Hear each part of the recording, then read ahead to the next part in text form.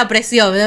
Bueno, el doctor Carlos Maciel está acá con nosotros, el doctor José María González está a través del Zoom, está en el estudio. ¿Cómo les va? ¿Cómo estamos? ¿Qué tal? Buen día. Bien, bien. Bueno, murió la reina Isabel. Recién teníamos un pequeño debate en cuanto a los sentimientos encontrados que desde Argentina por ahí nos puede producir esto, separar lo que es el respeto, la institucionalidad, la curiosidad, porque a ver, seamos totalmente honestos, a todos nos genera curiosidad, o a la mayoría, cómo es la vida de la realeza. Si no, no se entendería cómo estas series inspiradas justamente en la realeza, The Crown, que ha sido una de las más vistas. ¿Qué te pasa, Peloso? No, estoy tentado, ahora con el tema de la muerte de la reina van a incorporar la segunda parte del capítulo, claro. Y no sé, tendrían que hacer una mega producción. Netflix está en caída. A mí me preocupa, Carlos la venía llevando bien, ahora va a tener que ir a trabajar, ¿no? Bueno, ¿escucharon la frase de 33 años sin hacer rey nada. muerto, rey puesto? Claro. Bueno, porque había sido, porque ahora todos estamos leyendo, ¿sí?, que se da una continuidad, o sea que nunca Inglaterra se queda sin soberano. Uh-huh. Que más allá que el funeral no se haya hecho, más allá que no se haya hecho la coronación, hay como puede ser una palabra muy rara, como una transmutación del ser político. Y parte de explicar todo este fenómeno, todo este sistema de la monarquía, tiene mucho de estas ficciones, ¿no, Carlos? Esto es un tema Sí. Y bueno, y si vamos a la historia también, de hecho, se entendía de que el rey, digamos, era como el representante de Dios en la tierra. Digo esto por la cuestión de las transmutaciones, etcétera. Por eso es el jefe supremo de la iglesia en Inglaterra. Anglicana. Sí.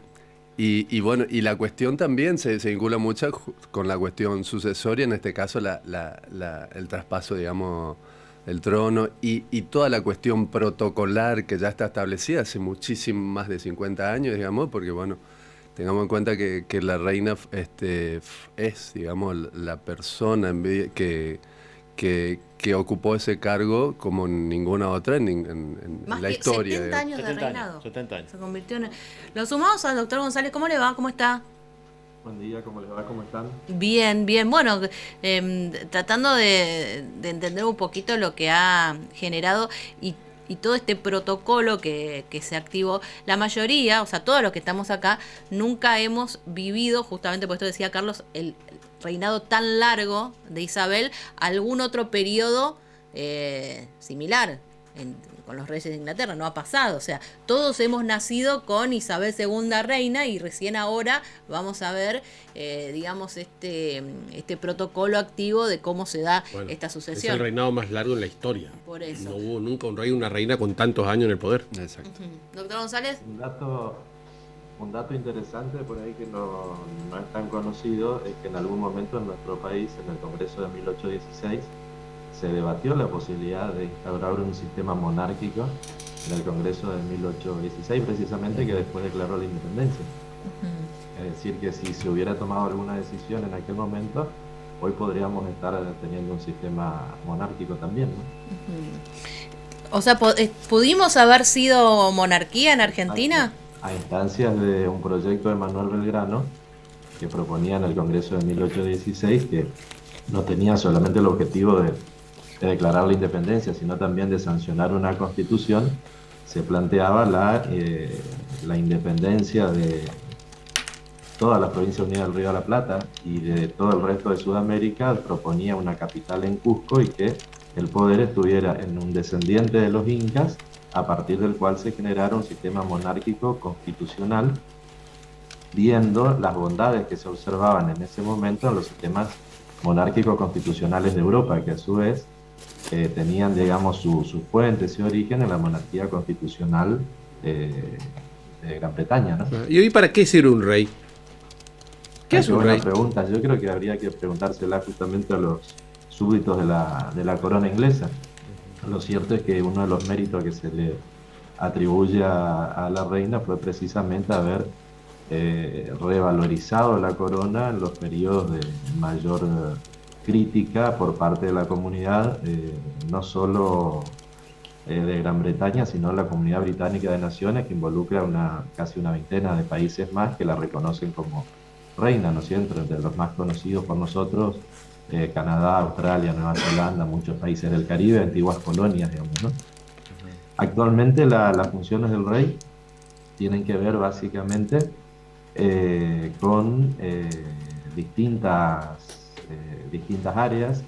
Por ejemplo, en la parte que nos toca a nosotros, en la parte jurídica, se la considera al rey como fuente de justicia, y todo el sistema judicial se invoca, digamos así, a la corona, más allá de que claramente no puede, como era en la época de las monarquías absolutas, no puede resolver casos judiciales. Justamente en este equilibrio que históricamente se planteó entre la corona y el parlamento como representante de la población, no olvidemos que otro fenómeno que está muy actual en nuestra región, en nuestro país, en Sudamérica, como es el juicio por jurados, fue una garantía que exigieron los parlamentarios para que los reyes dejen de juzgar los casos judiciales y que esto quede en poder del pueblo a través de la figura del jurado popular, ¿no? Hablamos y así, mucho, bueno, en las otras áreas de gobierno también tiene un sistema de participación en las finanzas del Estado, en virtud del cual hay un sistema, hay un régimen que regula lo que es la propiedad de la corona en sí mismo y sus vinculaciones con el patrimonio del Estado, ¿no es cierto? Es bastante complejo y, como decía bien Cristina recién, nos genera curiosidad porque para nosotros es una realidad un tanto rara, ¿no? En esta realidad, doctor, hablamos mucho de dos reinados, particularmente los que están más vinculados con nosotros, España y el Reino Unido. Pero hoy hay otros reinados mucho más fuertes en cuestiones económicas, y hay una en donde tenemos hasta sentimiento encontrado, ¿no? Porque la reina es argentina. A Holanda. Holanda. Claro, efectivamente, y incluso hay una posición en las relaciones internacionales que refieren a un mayor éxito de alguna manera de los países que tienen sistemas monárquicos parlamentarios en distintos tipos de resultados, ¿no? Uno, lo que les decía, en la parte judicial; otro bueno, claramente que en general son países estables, que pueden sortear las diversas crisis, son países que están generalmente bien posicionados económicamente, son potencias económicamente. Algunos, porque Malasia tiene rey, tiene más malaria que nosotros, ¿no?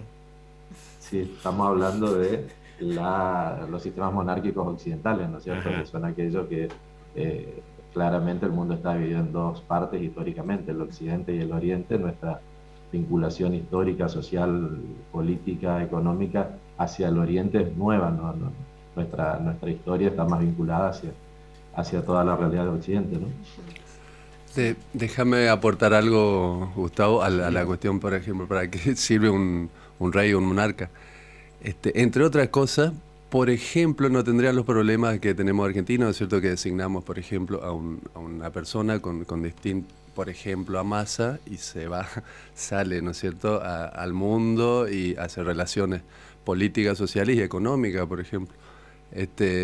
Esta función claramente no existe en un reinado, y de hecho ese tipo de funciones también ya las puede hacer tranquilamente, o incluso de hecho ya la hace un rey, digamos.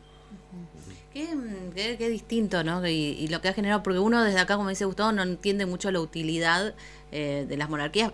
Ojo, algunas monarquías o en algunos países discuten, ¿no? El tema de sus monarquías, pero está tan vinculado a su historia y a su tradición que uno veía las expresiones en Londres, porque después tenés otra parte que es justamente donde falleció la reina, que es en Escocia, en donde estaban fuertemente cuestionando ser parte de no sé si escucharon alguna vez el Commonwealth, pues es la reina de Gran Bretaña, el Commonwealth, y había sido que sigue siendo soberana en tantísimas naciones, y muchas de ellas van discutiendo, digamos, su pertenencia a esta corona. Doctor González, ¿algo más?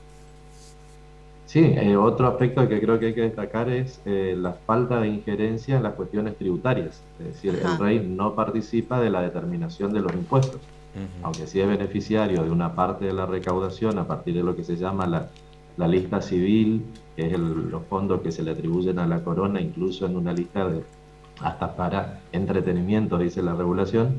y algunos otros fondos que recibe el Estado, pero no participa de la creación de impuestos. Esto claramente fue una limitación que le impuso el Parlamento históricamente a la monarquía, justamente para evitar todos los abusos ¿Y de dónde? de tipo... Sé que estamos sobre la pausa, pero ahora con esto dice no participa en la cuestión de impuestos. ¿De dónde saca su dinero la monarquía? O sea, uno imagina que tiene posesiones ancestrales, claro. Pero después, ¿qué hacen? Ellos funcionan, qué sé yo, como, no sé, como una empresa, tienen utilidades, todos aportan un canon para sostenerlos, ¿cómo es? Sí. Sí, de hecho tiene terrenos. Mira, te doy un dato importantísimo. La monarquía, digamos, si se la equipara a empresas a nivel, está La monarquía dentro. británica. Sí, del Reino Unido en realidad. Dentro está Google, está Facebook y también está dentro de las 5 como marcas, digamos, con mejor posicionadas a nivel capital en el mundo, digamos. Además de eso, por supuesto, existen fideicomisos y una cantidad de instrumentos financieros que también hace que crezca ese patrimonio, además de obras de arte, bueno, como dijimos, en cuestiones de tierras, bueno, muchísimo. Pero ¿sí? todos los británicos toda la gente tiene que pagar un canon para sostenerlo, ya no es más así. Sí, de hecho sí, se paga un canon, digamos, que es para sostener y que se entiende que son para gastos que exceden. Por ejemplo, bueno, los gastos de familiares directos que no son parte, digamos, y no tienen los títulos de nobleza, etcétera, ¿no es cierto? Y gastos por superfluos y etcétera. Además de los bienes y la riqueza que tienen, ¿no es cierto? ¿No te imaginas un rey en Argentina nomás? La cascoteada. Doctores, muchísimas gracias. Buen fin de semana. Gracias, igualmente. No, gracias a ustedes, muy buen fin de... Que Ahí pasen está. bien. Bueno, doctor Carlos Maciel, doctor José María González, contándonos cuáles son las diferencias entre estos sistemas que, bueno, no sé, vos que quisieras ser rey, Gamboa. Sí, pues. El rey del barrio Libertad. No El sé. rey del chiste. Pero ¿dónde se oscuridad. enteraron los 4? Estaban de vacaciones los 4. ¿Viven de vacaciones? Sí. ¿Cómo no voy a querer ser rey, príncipe, algo? Si viven de joda. Nah, ¿Qué ser el rey de? ¿Rey de qué serías? A ver, ¿de qué te autoproclamas? ¿Rey de qué? No sé, de lo asado. El rey de los no, asados. Ahí está. no sé, para mí. El rey del chiste. Aparte, ¿por qué tenés que tener todo en la vida porque naciste de hijo de un rey? ¿Entendés? O sea, chao. y por eso- ¿Cuál es la diferencia entre. ¿Naciste el hijo del rey? No. ¿Cómo no naciste el hijo del rey? Hacemos la pausa, ¿eh?